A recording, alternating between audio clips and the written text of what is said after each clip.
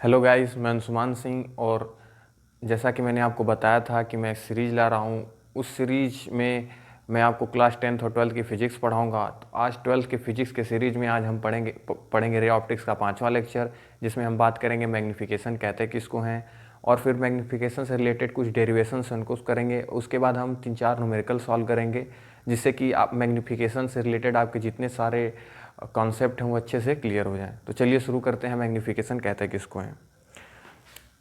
तो magnification generally क्या होता है?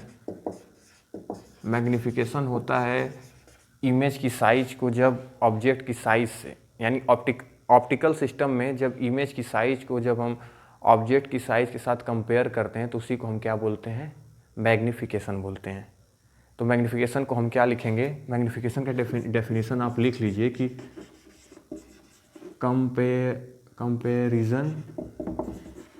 Comparison of image size with object size in optical system यानी कि मिरर, लेंसेज, यानी जहाँ जहाँ लाइट की स्टडी हो रही हो उन सारे इंस्ट्रूमेंट में उन्हीं सिस्टम के जहाँ लाइट से डील करते हैं उन्हीं सिस्टम को हम क्या बोलते हैं? ऑप्टिकल सिस्टम बोलते हैं। Is known as magnification. क्या बोलते हैं उसको? मैग्नीफिकेशन बोलते हैं। तो मैग्नीफिकेशन क्या है? कंपैरिजन है किसका? इमेज के साइज का किसके साथ? ऑब्जेक्ट के साइज के साथ कंपैरिजन है, यानी कि इमेज कितना बड़ा है ऑब्जेक्ट से, इन सारी चीज़ों के बारे में हम बात करते हैं मैग्नीफिकेशन को। तो मैग्नीफिकेशन को जनरली हम कई नामों से जानते हैं। इसको अगर कहीं क्वेश्चन में लिखा हो लीनियर मैग्नीफिकेशन तो उसका मतलब भी यही है। इसी मैग्नीफिकेशन की वो भी बात कर रहा है, लीनियर मैग्नीफिकेशन, या आपको लिख दिए कभी एंगुलर मैग्नीफिकेशन। तो ये भी क्वेश्चन में लिखा है तो समझिए कि हाँ इसी चीज़ के बारे में ये बात कर रहा है। ठीक है, तो जैसा कि हमने साइज, इमेज साइज किससे कंपेयर करते हैं? ऑब्जेक्ट साइज से करते हैं। तो मैग्नीफिकेशन को जनरली हम एम से डिनोट करते हैं, और इसको हम क्या लिखते हैं? HI/HO। तो HI का मतलब होता है height of image, upon HO का मतलब होता है हाइट ऑफ ऑब्जेक्ट। ठीक है, और जनरली इसमें जब हम इस फार्मूले जब वैल्यू पुट करते हैं तो विथ साइन पुट करते हैं। किसके साथ पुट करते हैं? विथ साइन पुट करते हैं। विथ साइन का कहने का मतलब ये हुआ कि अगर इमेज जो है वो प्रिंसिपल एक्सिस के अगर ऊपर बन रही है, इमेज जो है क्या है? प्रिंसिपल एक्सिस के अगर ऊपर बन रही है तो उसको हम पॉजिटिव लेंगे। अगर इमेज प्रिंसिपल एक्सिस के नीचे बन रही है तो उसको हम क्या लेंगे? निगेटिव लेंगे। तो विथ साइन कहने का मतलब वही है कि आप साइन के साथ इसको पुट करेंगे। ठीक है, और बहुत जगह लिखा रहता है m बराबर लिखा रहता है HI/HO is equal to -V/U। यहाँ पे V मतलब होता है V मिस होता है इमेज डिस्टेंस, और U मिस होता है ऑब्जेक्ट डिस्टेंस। तो ये आता कहाँ से? ये आया कैसे? इसी चीज़ को हम अभी डिराइव करेंगे। तो चलिए शुरू करते हैं डेरिवेशन, और डेरिवेशन हम देखेंगे कनकेव मिरर पे ही। तो जितने भी इंपॉर्टेंट पॉइंट्स थे, जो मैंने बातें बताई हैं, आप आई होप आपने नोट कर लिया होगा। तो बिना टाइम गंवाए हम जल्दी से इसका डेरिवेशन देख लेते हैं।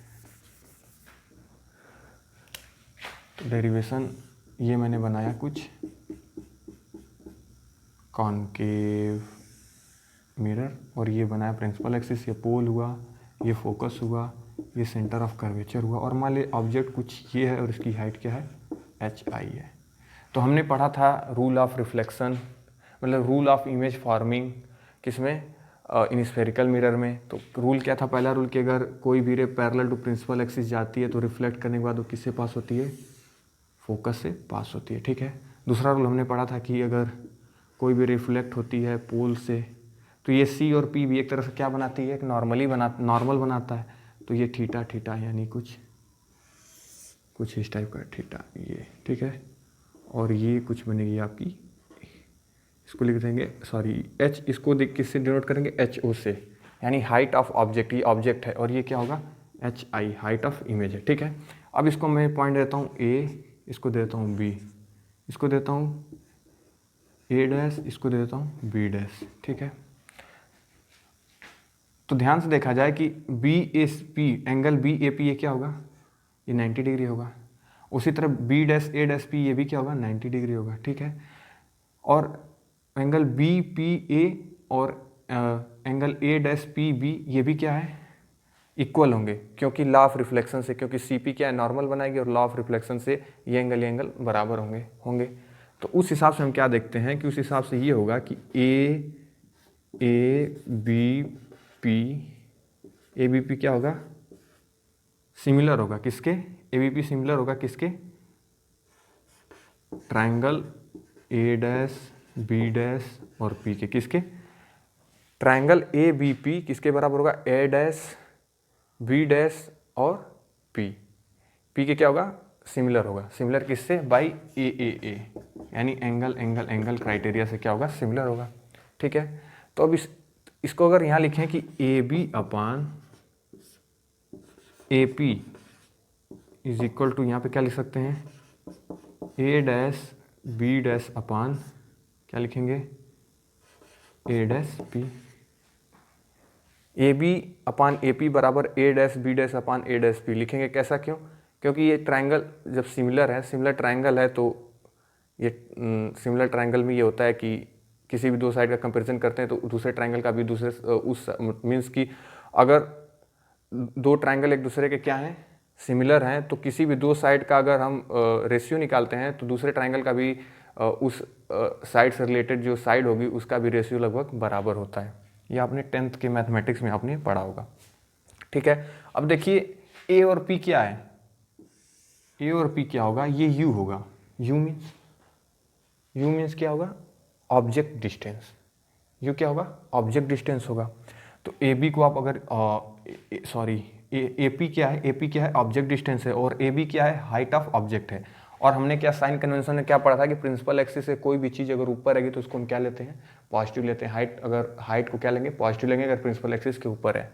तो ए बी को हम क्या लिख देंगे, सिंपल एच ओ, ठीक है। और ए पी को, ए पी क्या होगा, ए पी माइनस यू होगा। क्यों, ए पी माइनस यू क्यों होगा, क्योंकि साइन है ना, ये तो यू डिस्टेंस है, लेकिन ये रे की मतलब साइन कन्वेंशन से इधर वाली पॉइंट्स क्या होंगे, पॉजिटिव होंगे, और पोल के इधर वाले पॉइंट्स क्या होंगे, निगेटिव होंगे। तो चूंकि ये ऑब्जेक्ट जो है ये पी से इतना दूरी पे है, यानी यू डिस्टेंस पे है, और ये पोल के इस साइड पड़ रहा है, यानी निगेटिव साइड पड़ रहा है, तो इसको हम किस से लिखेंगे, माइनस यू से लिखेंगे। और ए डैश बी डैश की बात करते हैं, ए डैश बी डैश ये क्या है, हाइट ऑफ इमेज है, और ये प्रिंसिपल एक्सिस के नीचे है, तो इसको हम किससे लिखेंगे, माइनस एच आई से लिखेंगे, ठीक है, अपान। और ए डैश पी भी क्या है, ए डैश पी क्या है, ये इमेज डिस्टेंस है ना, तो इमेज डिस्टेंस को हम किससे डिनोट करते हैं, वी से, वी लिखते हैं। और ये भी क्या होगा, निगेटिव होगा, क्योंकि पोल के इस साइड पड़ रहा है, क्योंकि हमने साइन कन्वेंशन में ये बोला था कि रे की डायरेक्शन को हम क्या मानते हैं, पॉजिटिव मानते हैं। तो रे इस डायरेक्शन में यानी इस पोल के इस साइड वाले जो पॉइंट्स होंगे वो पॉजिटिव होंगे, और पोल के इस साइड वाले जो पॉइंट होंगे निगेटिव होंगे। और ये ए डैश कहाँ पड़ रहा है, पोल के इस साइड पड़ रहा है, तो ये क्या होगा, इसको हम किससे रिप्लेस करेंगे, माइनस वी से रिप्लेस करेंगे, ठीक है। किससे रिप्लेस करेंगे, माइनस वी से रिप्लेस करेंगे। अब इसको ऐसे लिख दें कि H I upon H not is equal to minus V upon minus U. तो ये साइन कट जाएंगे। अब इसको क्या लिख सकते हैं, H I upon H not is equal to minus V upon U. और ये ही किसके बराबर है, यही किसके बराबर है, मैग्नीफिकेशन के बराबर है। तो हम ये लिख सकते हैं कि m is equal to minus V by U. तो ये ऐसे हमारा क्या हुआ, डिराइव हो गया, ठीक है। अब चूंकि देखिए ये तो डेरिवेशन था कि m की value minus V upon U होता है। तो अब हम बात करेंगे कि अगर मान लीजिए m की वैल्यू आ रही है, अगर m की वैल्यू निगेटिव है, इसका मतलब क्या है, m की वैल्यू निगेटिव है, तो निगेटिव का मतलब जैसे कि height of image upon height of object की वैल्यू अगर निगेटिव है, तो इसका मतलब ये है कि कोई इमेज और ऑब्जेक्ट जो होंगे एक दूसरे के अपोजिट साइड होंगे। अगर मान लीजिए ऑब्जेक्ट कुछ इस साइज का मीन्स ऑब्जेक्ट अगर प्रिंसिपल एक्सिस के ऊपर होगा तो इमेज जो होगी प्रिंसिपल एक्सिस के नीचे होगी। निगेटिव तभी ना आएगा क्योंकि मैग्नीट्यूड तो पॉजिटिव निगेटिव होगा नहीं, साइन जो होंगे वही उसी की वजह से निगेटिव या पॉजिटिव आएगा। तो यहाँ पे क्या लिखा है कि height of image upon height of object अगर निगेटिव आता है तो यानी कि जो इन्वर्टेड होगी, जो इमेज बनेगी वो इन्वर्टेड बनेगी, इमेज जो बनेगी इन्वर्टेड बनेगी। और इन्वर्टेड किस में बनती है, इन्वर्टेड इमेज किस में बनती है, इन्वर्टेड इमेज जो बनती है वो बनती है आपकी रियल इमेज, यानी रियल इमेज जो होती है वही इन्वर्टेड इमेज बनाती है, यानी रियल इमेज जो होती है वही इन्वर्टेड होती है। ठीक है, अगर यही m की वैल्यू अगर पॉजिटिव आ जाती है, तो इसका मतलब ये है कि HI और HO ये दोनों क्या होंगे, प्रिंसिपल एक्सिस के या तो ऊपर ही होंगे दोनों, या तो दोनों नीचे ही होंगे। प्रिंसिपल एक्सिस के दोनों ऊपर ही होंगे या दोनों नीचे होंगे, यानी कि इरेक्ट इमेज बनेगी। इमेज क्या बनेगी, इरेक्ट बनेगी। तो इरेक्ट इमेज कौन बनाता है, वर्चुअल इमेज बनाता है। वर्चुअल इमेज जो होती है वो क्या होती है, इरेक्ट होती है। तो वर्चुअल इमेज होगी, यानी इरेक्ट बन रहा है। इससे क्या पता चल रहा है कि अगर m की वैल्यू पॉजिटिव है तो इरेक्ट बनेगा। इरेक्ट बनेगा मतलब वर्चुअल इमेज बनेगी। ठीक है, तो ये दो बातें हम जाने थे कि अगर m की वैल्यू नेगेटिव होगी और m की वैल्यू पॉजिटिव होगी तो क्या क्या हो सकता है इमेज में। इमेज कौन सी हो सकती है, अगर m की वैल्यू पॉजिटिव होगी तो आपका जो मीन्स जो m की वैल्यू अगर पॉजिटिव होगी तो आपकी जो इमेज बनेगी वो इरेक्ट बनेगी। इरेक्ट का मतलब कि जो इमेज होगी आपकी वर्चुअल इमेज होगी। अगर m की वैल्यू नेगेटिव है तो यानी कि आपका जो इमेज बनेगी इन्वर्टेड बनेगी। इन्वर्टेड की मीन्स वो इमेज जो बनेगी वो रियल इमेज बनेगी। ठीक है, एक और चीज़ आता है कि m की वैल्यू अगर मान लीजिए, अगर कभी कभी बोलते हैं कि मैग्नीफाइड बोलते हैं, क्या बोलते हैं, मैग्नीफाइड इमेज बोलते हैं। मैग्नीफाइड इमेज बोल दिया, अगर मैग्नीफाइड इमेज बन गया तो मैग्नीफाइड इमेज कौन को बनाता है, मैग्नीफाइड इमेज बनाता है कनकेव मिरर। मैं स्फेरिकल मिरर की बात कर रहा हूँ, कनकेव मिरर क्या बनता है, मैग्नीफाइड बनाता है। और डिमिनाइज्ड बोल दिया तो डिमिनिश्ड बोल दिया, क्या बोल दिया, डिमिनिश्ड बोल दिया। तो डिमिनिश्ड बोल दिया तो ये कनकेव भी बनाता है और कन्वेक्स दोनों बनाते हैं। डिमिनिश्ड इमेज क्या बनाता है, कन्वेक्स बनाता है। कन्वेक्स तो हमेशा डिमिनिश्ड इमेज बनाता है, मतलब कि ऑब्जेक्ट की साइज से इमेज की जो साइज होती है वो हमेशा छोटी ही होती है, किसमें, कन्वेक्स मिरर में। और मैग्नीफाइड इमेज कौन होता है, कनकेव मिरर बनाता है, मैग्नीफाइड इमेज बनाता है। और डिमिनिश्ड इमेज भी कनकेव मिरर बनाता है। और फिर जैसे कि अब कन्वेक्स मिरर है वो हमेशा क्या बनाता है, वर्चुअल इमेज बनाता है, जबकि कनकेव मिरर है वो वर्चुअल इमेज भी बनाता है और रियल इमेज भी बनाता है। तो आप इन सारी चीज़ों को आप ध्यान में रख लीजिएगा। अगर कन्वेक्स मिरर आपका वर्चुअल हमेशा बनाता है तो कन्वेक्स मिरर की जो m की वैल्यू होगी वो हमेशा क्या होगी, पॉजिटिव होगी।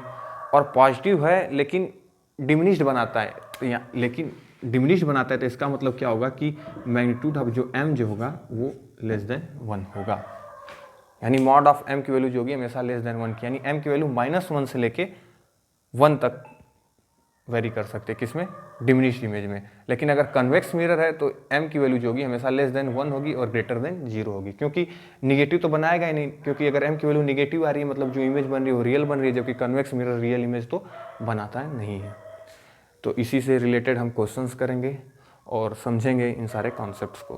तो आई होप कि आपने ये सारी चीज़ नोट कर ली होगी। अगर नहीं नोट किया है तो आप वीडियो को पॉज करके इन सारी चीज़ को आप नोट कर लीजिए।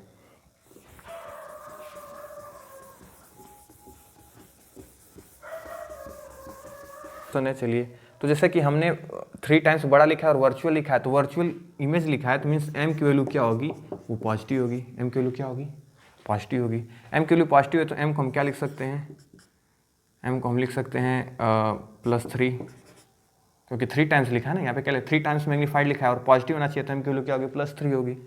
तो +3 को हम ये भी लिख सकते हैं -v/u, लिख सकते हैं कि नहीं लिख सकते हैं।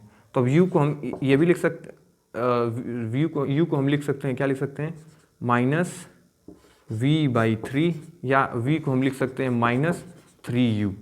ठीक है, v को हम क्या लिख सकते हैं, -3u। अब बाई मिरर फार्मूला क्या था, मिरर फार्मूला था कि 1/v + 1/u बराबर क्या था, 1/f था।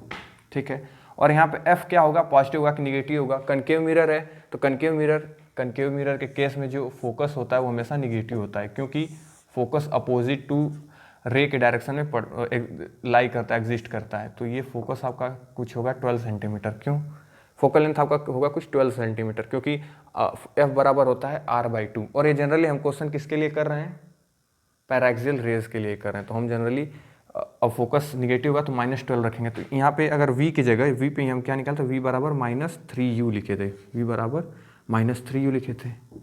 तो 1/-3u + 1/u = 1/-12। ठीक है, अब यहाँ पे क्या करते हैं, एलसीएम इसका होगा -3u ये होगा 1, इसकी वैल्यू होगी -3 इज इक्वल टू -1/12। इसको भी हम क्या लिख सकते हैं, -2/3 -3u इज इक्वल टू -1/12। एक तरह से कट गया तो इसको क्या लिख सकते हैं, u बराबर 24/3 इज इक्वल टू क्या लिख सकते हैं, 8 सेंटीमीटर। u की वैल्यू क्या आ रही है, 8 सेंटीमीटर, सॉरी -8 होगी, क्या होगी, u की वैल्यू क्या होगी, -8 सेंटीमीटर। -8 सेंटीमीटर का मतलब कि जो इमेज होगी आपकी, सॉरी जो ऑब्जेक्ट होगा वो आपका इस पोल से कितनी दूरी पे होगा, 8 सेंटीमीटर की दूरी पे होगा। कितनी दूरी पे होगा, 8 सेंटीमीटर की दूरी पे होगा, 8 सेंटीमीटर की दूरी पे होगा। और कुछ आपका कुछ यहाँ बनेगा 8 सेंटीमीटर की दूरी पे, क्योंकि यहाँ पे क्या लिखा है, तो वर्चुअल इमेज और कनकेव मिरर लिखा। तो कनकेव मिरर के केस में हम क्या पढ़े थे कि वर्चुअल इमेज कब बनता है, जब वो फोकस और पोल के बीच में ऑब्जेक्ट प्लेस रहता है, तभी आपकी जो इमेज बनती है वो वर्चुअल इमेज बनती है। तो देखिए फोकस आपका 12 सेंटीमीटर था और u की वैल्यू जो आ रही है -8 सेंटीमीटर आ रही है, तो यानी कि ये फोकस और पोल के बीच में ही है। तो ये था पहला क्वेश्चन। अब इसके आगे तो चलिए आज के लेक्चर का दूसरा क्वेश्चन सॉल्व करते हैं। तो क्या लिखा है कि spherical mirror of focal length 10 centimetre produce virtual image half of object size, find nature of mirror and object placed. तो यहाँ पे क्या लिखा है, पहला चीज़ क्या लिखा है कि वर्चुअल इमेज। वर्चुअल इमेज का मतलब हम क्या समझते हैं कि m की वैल्यू जो होगी वो क्या होगी, पॉजिटिव होगी, यानी मैग्नीफिकेशन आपका क्या होगा, वो पॉजिटिव होगा। ठीक है, पहली चीज़ हम समझे। और क्या बोला कि virtual image half of object size, half of object size, तो यानी आप क्या लिख सकते हैं कि हाइट ऑफ इमेज बराबर आप क्या लिख सकते हैं, हाफ ऑफ ऑब्जेक्ट साइज। ठीक है, क्या लिख सकते हैं आप, हाफ ऑफ ऑब्जेक्ट साइज। ठीक है, अब जैसे कि हम बात करते थे कनकेव मिरर में, अगर इसको हम ऐसे लिखें कि HI/HO is equal to half आ रहा है। ठीक है, तो जैसे कि हम जानते थे कि कनकेव मिरर में जब वर्चुअल इमेज बनती है तो हमेशा मैग्नीफाइड बनती है। हमने उसको करके भी देखा था कि ये अगर आपने नहीं किया तो आप ये याद रख लीजिए कि अगर कनकेव मिरर होता है और वर्चुअल इमेज बनती है तो जो इमेज बनती है वो हमेशा मैग्नीफाइड बनती है, यानी ऑब्जेक्ट की साइज से उस इमेज की साइज बहुत बड़ी होती है, यानी बड़ी होती है, यानी m की वैल्यू जो होती है ग्रेटर देन 1 होती है, यानी मैग्नीट्यूड ऑफ 1 बोल सकते हैं आप, ग्रेटर देन 1 होता है। किसके केस में, कनकेव मिरर में, अगर इमेज जो बन रही है आपकी अगर वर्चुअल बन रही है। ठीक है, लेकिन यहाँ पे क्या कह दिया है कि मैग्नीफिकेशन की जो वैल्यू आ गई है वो हाफ आ गई है। तो इसका मतलब क्या है कि जो आपका जो मिरर होगा वो कौन सा मिरर होगा, कन्वेक्स मिरर होगा। आपका मिरर जो होगा वो कौन सा होगा, कन्वेक्स मिरर होगा, क्योंकि कन्वेक्स मिरर हम जानते हैं कि हमेशा डिमिनिश्ड इमेज बनाती है और वर्चुअल इमेज बनाती है। तो जब भी अगर क्वेश्चन में कहीं ये लिखा रहे कि डिमिनिश्ड इमेज बन रही है और वर्चुअल बन रही है, तो आप ये समझ लीजिए कि कन्वेक्स मिरर होगा, क्योंकि कनकेव मिरर अगर वर्चुअल इमेज बनाता है तो डिमिनिश्ड नहीं बनाता, हमेशा मैग्नीफाइड बनाता है। ठीक है, तो अगर कन्वेक्स मिरर है तो इस बार देखिए फोकल लेंथ 10 सेंटीमीटर दिया है, तो इस बार फोकल लेंथ +10 होगा कि -10 होगा। तो ये हो रहा आपका कुछ कन्वेक्स मिरर। और जैसा कि हम जानते हैं कि कन्वेक्स मिरर में जो फोकल होता है, फोकल लेंथ होता है, हमेशा क्या होता है, पॉजिटिव होता है, क्योंकि ये रे की डायरेक्शन में ही जो पॉइंट पड़ता है, फोकल पॉइंट जो पड़ता है वो रे की डायरेक्शन में ही पड़ता है, यानी इस साइड पड़ता है। तो ये फोकल लेंथ आपका क्या हो जाएगा, +10 सेंटीमीटर हो जाएगा। क्या हो जाएगा, +10 सेंटीमीटर हो जाएगा। ठीक है, अब यहाँ पे हमें m की वैल्यू दे दी है, m की वैल्यू क्या दे दी है, 1/2, तो इसको हम लिखेंगे 1/2 इज इक्वल टू -v/u। अब मिरर फार्मूला में हम पुट कर देते हैं value 1/v + 1/u is equal to 1/f। अब यहाँ पे अगर हमें क्या निकालना है, ऑब्जेक्ट प्लेस निकालना है, तो हमें v को रिप्लेस करना पड़ेगा u के टर्म में, तो हम इसको लिख सकते हैं -u/2। ठीक है, तो इसको हम क्या लिख दें, इसको लिख सकते हैं हम कि -2/u + 1/u is equal to 1/f को हम क्या लिखेंगे, +10 लिखेंगे। अब इसको सॉल्व करेंगे तो क्या आएगा, -1/u आएगा। क्या आएगा, -1/u इज इक्वल टू 1/10। यहाँ से जो u की वैल्यू आएगी वो क्या आएगी, -10 सेंटीमीटर, यानी कि जो ऑब्जेक्ट होगा इस बार क्या होगा, एक कन्वेक्स मिरर की कितनी दूरी पे होगा, 10 सेंटीमीटर पे होगा। किस पे होगा, 10 सेंटीमीटर पे होगा, यानी आपका जो ऑब्जेक्ट होगा कुछ यहाँ पे होगा, ऑब्जेक्ट होगा वो कुछ यहाँ पे होगा। तो बहुत लोग को डाउट ये होता होगा कि सर फोकल लेंथ भी तो 10 सेंटीमीटर है और जो ऑब्जेक्ट भी प्लेस है वो 10 सेंटीमीटर पे रखा है, तो सर इसको तो पैरेलल, इसकी जो इमेज बननी चाहिए वो तो इन्फिनिटी पे बननी चाहिए ना। जी नहीं, मैंने ये नहीं बोलता कि फोकल लेंथ की सेम दूरी पे अगर रखा जाए तो ऑब्जेक्ट हमेशा इन्फिनिटी पे बनेगी। मैंने ये बोला था कि अगर कोई पॉइंट ऑब्जेक्ट या कोई भी ऑब्जेक्ट अगर फोकस पे रखा जाता है तब वो इन्फिनिटी पे बनती है। तो फोकस, इस मिरर का फोकस किस साइड है? इस साइड है, और जबकि ऑब्जेक्ट हमारा प्लेस किस साइड है? मिरर के लेफ्ट साइड है। तो इसीलिए इसका जो इमेज बनेगा वो फोकस पे, सॉरी, इन्फिनिटी पे नहीं बनेगा। ठीक है, ये मत अपने मन में ये कन्फ्यूजन पालिएगा कि ये जो ऑब्जेक्ट रखा है वो फोकस पे रखा है। ये ऑब्जेक्ट फोकस में नहीं रखा गया है, ये ऑब्जेक्ट प्रिंसिपल एक्सिस पे है लेकिन मिरर से 10 सेंटीमीटर की दूरी पे है। फोकल लेंथ भले 10 सेंटीमीटर, उससे कोई मतलब नहीं है।